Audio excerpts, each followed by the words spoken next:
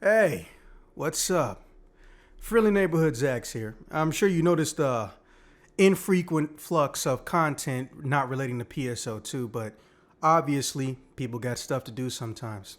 The Force video should be done before the next 10 days is up. Sorry for the long delay. I know we've made some unfortunate false promises in relation to getting the Force video done. But that's not what we're here for. You saw the title, so this is basically theory crafting as well as in a little bit of analysis. One of the things I want to point off point blank is I don't actually believe Phantasy Star Online 2 New Genesis is just Phantasy Star Online 2 A Realm Reborn. Let's be honest, we were all fucking thinking it when we saw it. Hear me out. Now, Microsoft Azure, which I'm going to let British Google explain just because I like hearing British Google's voice. What is Microsoft Azure? According to Microsoft Azure is an ever-expanding set of cloud services to help your organization meet your business challenges. Yeah. So, obviously, there had to be some exclusivity deals going down when Sega was finally able to bring Phantasy Star Online 2 over here. The initial reasoning was because of cost of maintenance is why we couldn't get servers and whatnot. Southeast Asia and I believe Europe at some point was supposed to also be getting that version. The Southeast Asia version, as we know, closed down. The theory on that one, though, is due to incompetency of the SEA branch, not because Sega couldn't afford to keep the servers up. So, if that was always a problem, as we well know, I'm under the impression that because Microsoft got involved and the Azure system was involved, maybe they cut them some discounts and whatnot. Remember, Phil Spencer is actually a gamer, so he could have saw this as a golden opportunity.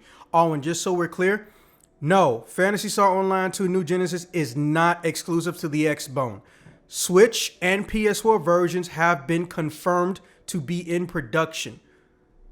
Do not ever feel like Sega's just going to ham-fisted sell out to Microsoft.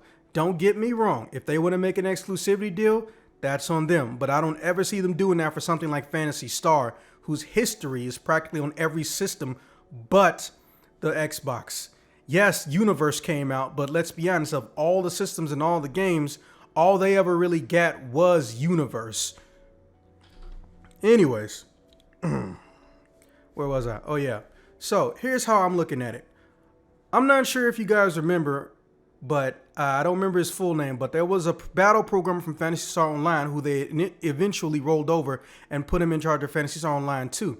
His name was Sakai. I'll try to get some imagery of him if I can at a later date for this video. I don't know when this is going to go up. And he was removed from Phantasy Star Online 2, supposedly, rumor, to go and work on another Phantasy Star Online related project. Now, a lot of people assume this had something to do with the mobile title, but I always knew that was bullshit. You basically took a prize trophy horse, a winning Michael Jordan grade champion of untold success for Sega, and you're telling me you're going to stick his ass on a mobile game? Nah, bruh. I knew he was working on something. However, here's my little bit of a theory on this, and well, if we can find out more information later, feel free to update me in the comments, guys. I think Phantasy Star Online 2 New Genesis is really supposed to have been Phantasy Star Online 3. They realized or came to the conclusion that they were not going to be able to financially put out PSO2 in North America, even though they know the demand was stupid. Even though they knew the demand was stupid good. Man, I hope somebody doesn't bookmark my fucking hiccups again. I hope that hiccup was just a one-of. So, he was working on this. This was supposed to be PSO3. But because Sega found a way to release it, they told him make sure you don't cannibalize, or they told the team behind Project Phantasy Star, make sure you don't cannibalize or find a way to make PSO2 traditional obsolete, because we're about to get it into arguably a bigger market. So, obviously, Sega didn't want to scrap 3 years of planning and development on a game like PSO3, so they just decided, you know what? let's fusion dance these hoes together. Let's get some PSO2 sauce in our Phantasy Star Online 3 cheesecake. Yes, I said cheesecake. When you make an analogy, you can use any dessert you want to. I fucking love cheesecake. Sue me. But I digress. That's why I think it's like this. Because if this was an actual just 100% upgrade and all we're seeing in this trailer is episode 7 footage, yes, that could explain why the UI is extremely familiar. But guess what? When you make an alpha or a beta of a game, there's no rule or law saying that you have to design 100% brand new stuff before the game is even out. All of that stuff we're seeing on screen for the hotkeys that are the same as PSO2, it could just be a placeholder and they plan on making some new designs later. Also, oh my god, I'm so glad there's air dashing. Genuine air dashing. Thank you, God. But yeah, let's get into some of the things I noticed from the video footage. And yes, I'm going to let this loop in the background instead of doing that slow-mo thing that I did. Apparently, you guys don't really like a lot of the slow-mo stuff when it comes to doing these analysis videos. Speaking of analysis, yes, I am aware of the data mines for the new class that uses only the gun blade gun slash, pun intended. And I'm going to get into that at a later date, probably with James Tono. You guys seem to like him a lot. But, as I was saying, personally, I think the new enemies aren't actually all that new. I think these new enemies may be some new form of infected machinery, courtesy of what happens at the end of episode 6. Now, I'm not telling you because that's a spoiler. I'm not telling you because at this point in time, at the recording of this video, episode 6 is not ended. In fact, it's going to end fairly soon. It's a pretty much foregone conclusion that New Genesis is basically going to be episode 7, so to speak. Excuse me. Now, that being said, one of the things I noticed is that almost all the classes are very, very traditional. We don't have any exact class names. Unfortunately, or fortunately, depending on who you are, they may be trying to do the Monster Hunter thing, where your weapon determines what your class is or what you're a master of. I kind of don't like that, but that's one of the only things I don't like about Monster Hunter. That game is insanely good for a reason. You would think Sega would learn from its indirect child. Oh, yeah, fun fact. Back in the day, Capcom borrowed some code to create Monster Hunter. Monster Hunter was basically born off the Phantasy Star universe / Phantasy Star Online type engine. That's why, you know, the first titles were coming out for like the PSP and stuff and not the PS2 and PS3. Because it was just that much easier to adapt and port over from Phantasy Star Portable and Phantasy Star Universe titles. So yeah, Monster Hunter and Phantasy Star are cousins, or brother and sister in a sense. I love it when the gaming world gets small. Anyways, so for those who are new to this or who haven't got that far because, you know, you're in the US version, so the episode and season content hasn't caught up yet, you basically are going to find out at some point in time that Darkers are, for lack of a better term, partially engineered. And the person who did it is basically indirectly and sometimes directly responsible for messed up monsters or animals becoming mutated on the various planets you go to. Basically, he's like Hojo from Final Fantasy VII. Hojo kind of sort of created all mutant animals and raging monsters in the entire overworld, which, man, ain't that some shit. That being said, you know, they mess around with the lure in FF7, but I digress. I think that it's possible that some type of machine infection happened instead of a monster infection happened, because if you look at a lot of these enemies, there's a mechanical element to them. They're not a new entity wearing body armor. They're machines utilizing what could be photons or some other form of energy that resembles photons and are basically going apeshit. Now, I will say this though. The planet, we don't know what planet that is. They could say it's Nefarious or Nefarious, depending on which region you're in, and I would believe them. But at the same time, I don't know if people remember this or not. Everyone in the game pretty much, in Phantasy Star Online 2 Basic, lives on a colony. But there is a mother planet. There is a home planet. I don't remember if that name was ever said. If someone can find it, put it in the comments. What if this particular story is just taking place on the actual home planet? That being said, you know, we also dip between different planets all the time. So this could be Nefarious or it could be a new planet entirely. I will say this though, I like the night and day aesthetic of it. I'm really digging that.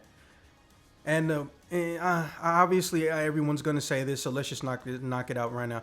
This shit looked like Xenoblade Chronicles X on Super Saiyan steroids, and I'm not mad about it. I am so not mad about it. Other than that, I did find it kind of ironic that anytime, apparently, when Sega does test footage or a beta of Phantasy Star stuff, the playable characters you see on screen are always the same four people. Ash, Rupika, Sue, and Bernie, I think was the last one. Yeah. Oh, and I'm sorry, Callium, if I'm saying it right. Gilliam, Callium. I didn't watch the 4K version, so it's a little hard to read the names. I do like the fact that they have decided to modify the photon arts, though. I am digging that. They're still the same moves, but they are slightly modified. That being said, anything else worth mentioning? Well, the game didn't really let us know if you could transition between your assault rifle and your sword and your other weapons without changing class, because they always do jump cuts and jump edits, but they never show them changing the weapon directly. But if they are going by Monster Hunter rules, this may not be that big of an issue. Personally, I'm looking forward just to find out how the class system works.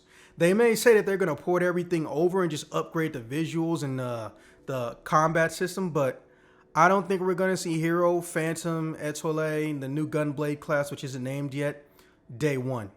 So far, we've only seen sword, assault rifle. The Sue character in the background is using knuckles, even though in the CG part of the video, she's using the twin daggers, which you never see her swing.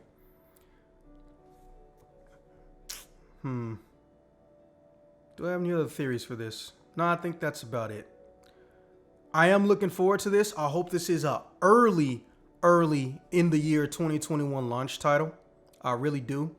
Because this could be a big get for Xbox. I ain't gonna buy an Xbox for shit. I'll be playing it on Windows 10 and possibly the Switch. I'm hoping there's cross-platform, and this may actually make me jump into the US version. So, I gotta say, Microsoft, I know this isn't an exclusive, but you did good. You did really good pulling off this, because I feel like if you weren't involved in some way, shape, or form, we might not be getting this early. They did say that they were going to support Phantasy Star Online 2 a long time ago for only a flat 10 years. But, hey, if this extends it, I don't think anybody's going to be mad about it. Now, as far as hopes and dreams for this, I want a fucking mount. And I don't mean like an animal. I want to get my sci-fi motorcycle on. I want a Tron motorcycle. Yes, I like Tron. It's pretty. When are we going to have a Star Wars crossover? I can tell you right now, if Sega, if you're listening to this, even in the slightest, if you do a Star Wars crossover with Phantasy Star, I swear to God, you will piss money till your dick bleeds. Oh man, that's a terrible mental image. I almost feel bad about that one. Anyways, I really do, because if we are going to do what's implied in this video and have true exploration, because if you notice in the backgrounds, there's not a lot of giant walls stopping you from going over various places so you can have a direct path to and from wherever you're trying to go. I'm honestly feeling like there's a little bit more inspiration courtesy of Monster Hunter involved. I also would like some type of vertical maneuverability, as well as horizontal, that boosts me up. Think about it. Instead of, a mountain just being an invisible wall you can't get past, what if there's an exclusive enemy or certain types of drops that only show up there because flying enemies are up there? Like, I hate to keep drawing comparisons to Monster Hunter. No, I don't. But that's one of the cool things about Monster Hunter. No matter how big or small the map is, they can increase the depth of it just by changing the verticality of everything. Now, I don't know how many double jumps you have, but I do like how robust it is. I do like the air dash. I'm not sure if it's a full-on glide or a hover. Please clarify that, Sega. But that alone right there automatically makes me enjoy moving around a lot more. Wire Force the only one who can do that little hover glide shit. Let everybody get in on that. I would like to see an advanced version of the evasion system or a universal evasion system, but to be fair, in this video, it looks like the minute you go into a high mobility mode and doing an air dash stuff where your feet glow blue or Ash's feet on screen glow blue, it looks like that's it right there. And then at the end of it, near the end of the trailer, you see the other people in the background before he just that giant slash, they got the same shit going on. So I won't even say I want to request that from you, Sega, because it looks like you already did it. You actually enhanced our base mobility options, and I appreciate that. I really do. I still want my Stole. I want my light cycle. Give me my light cycle. It don't have to look like Tron. Just make it have glowing wheels, man. Other than that, I want a hub world that's planet based. So if we're on the Nefarious, there's a shop area, there's a gate area to get missions, cafe, something like that. And I want one for every planet. I think that would be cool. Not every location, because do we really want a hub world in a fucking volcano? The volcano's always been annoying anyway. No one even likes going there, really. Same with the desert. But I would love safe zones like that, where you can just go into this area. You're sealed off from big enemies coming through. It would be fun. I want slicers back. Now, for those who aren't sure what I mean by that, new people, back in my day, as much as that makes me sound old as fuck, there are some missing weapons that do not exist within Phantasy Star Online 2 that didn't carry over from previous titles. The wave sword, also known as the slicer. Now, what this thing did was it looked like a traditional sword, not the really, really big one, more closer to a saber, which there was actually a distinction for in Phantasy Star Online 1. The saber was a one-handed sword, and the sword was a two-handed sword. And what would happen is they had different combat speeds and playstyles. But here's the thing. There was also the wave sword, aka the slicer. Now what this did was, it was still one-handed, right? Or you could dual wield them if memory serves. Yeah. And when you slashed with it, an energy wave came out, but it could bounce off of your enemies.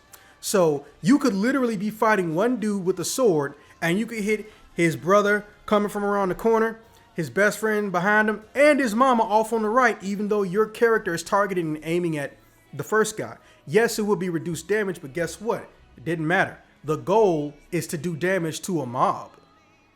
And it was just cool. Another one is the whip. Yes, there was legit energy whips. That was courtesy of Phantasy Star Portable? No, it was Phantasy Star Universe and Phantasy Star Portable. Now, the other thing I want, or I think that they should continue, is the ability to use this one-handed weapons and have a different weapon in the other hand. That's one of the only downgrades transitioning from Phantasy Star Universe and Portable series going into Online 2. You can't have one weapon in one hand if it's meant to be used by one hand and another weapon in the other. I feel like that's a missed opportunity, not because of advanced class mixing in the near future, but because of variety in game and in mission. And if there's one thing that can really make an MMO great, it's fucking variety, bro.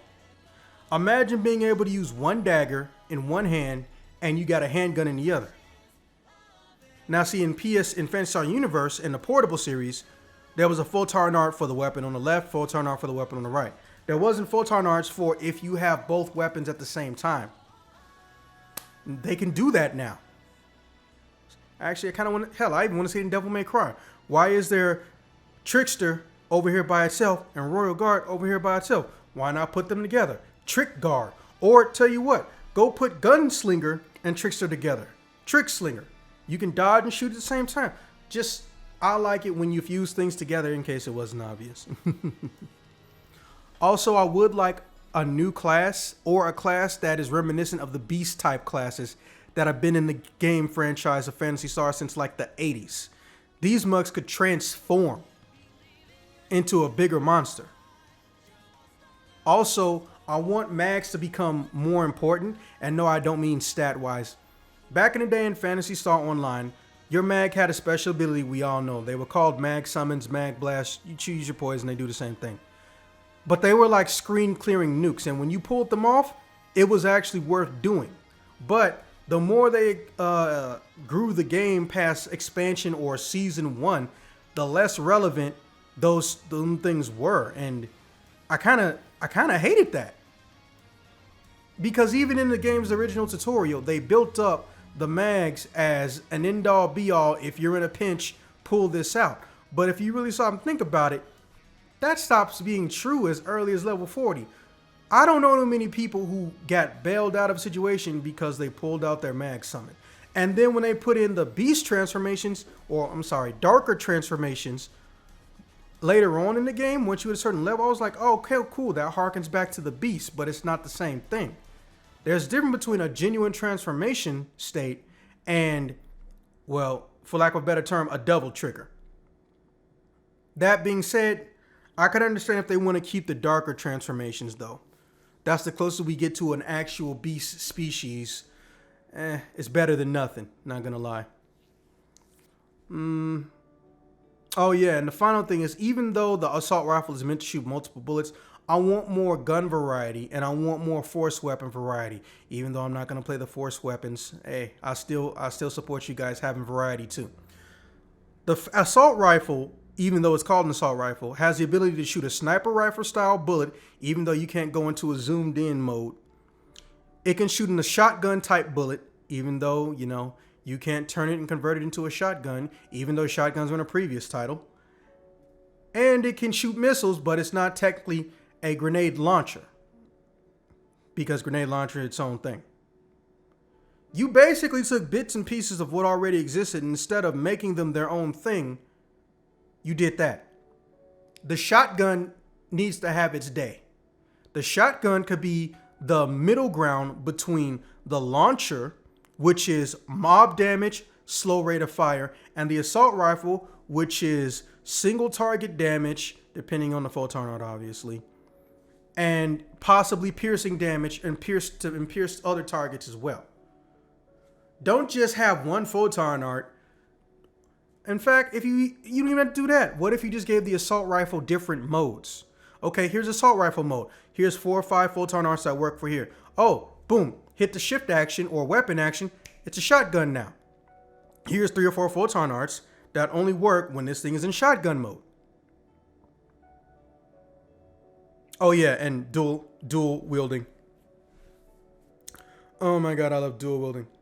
I know this may sound weird, but when twin assault guns show up, I want more, for lack of a better term, mixing of physical, close range combat.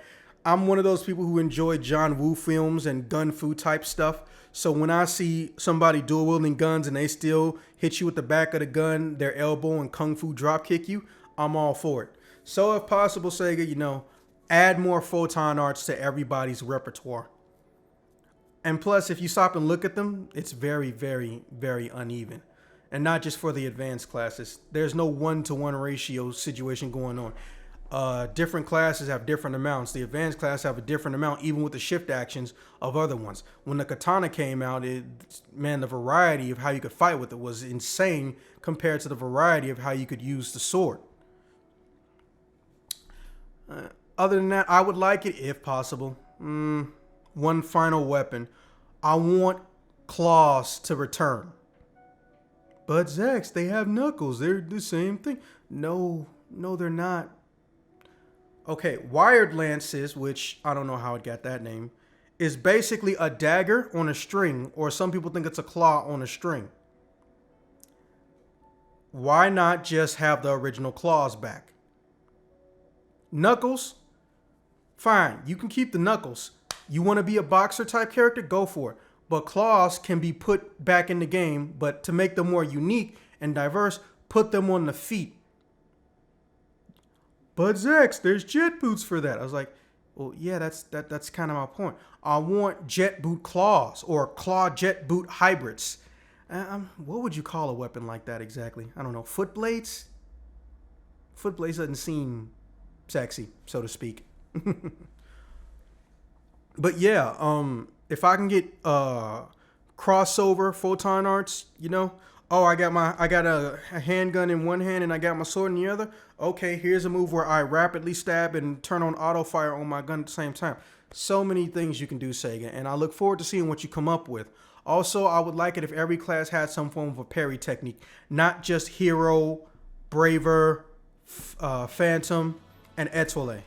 Every class got something that resembles a parry counterattack maneuver.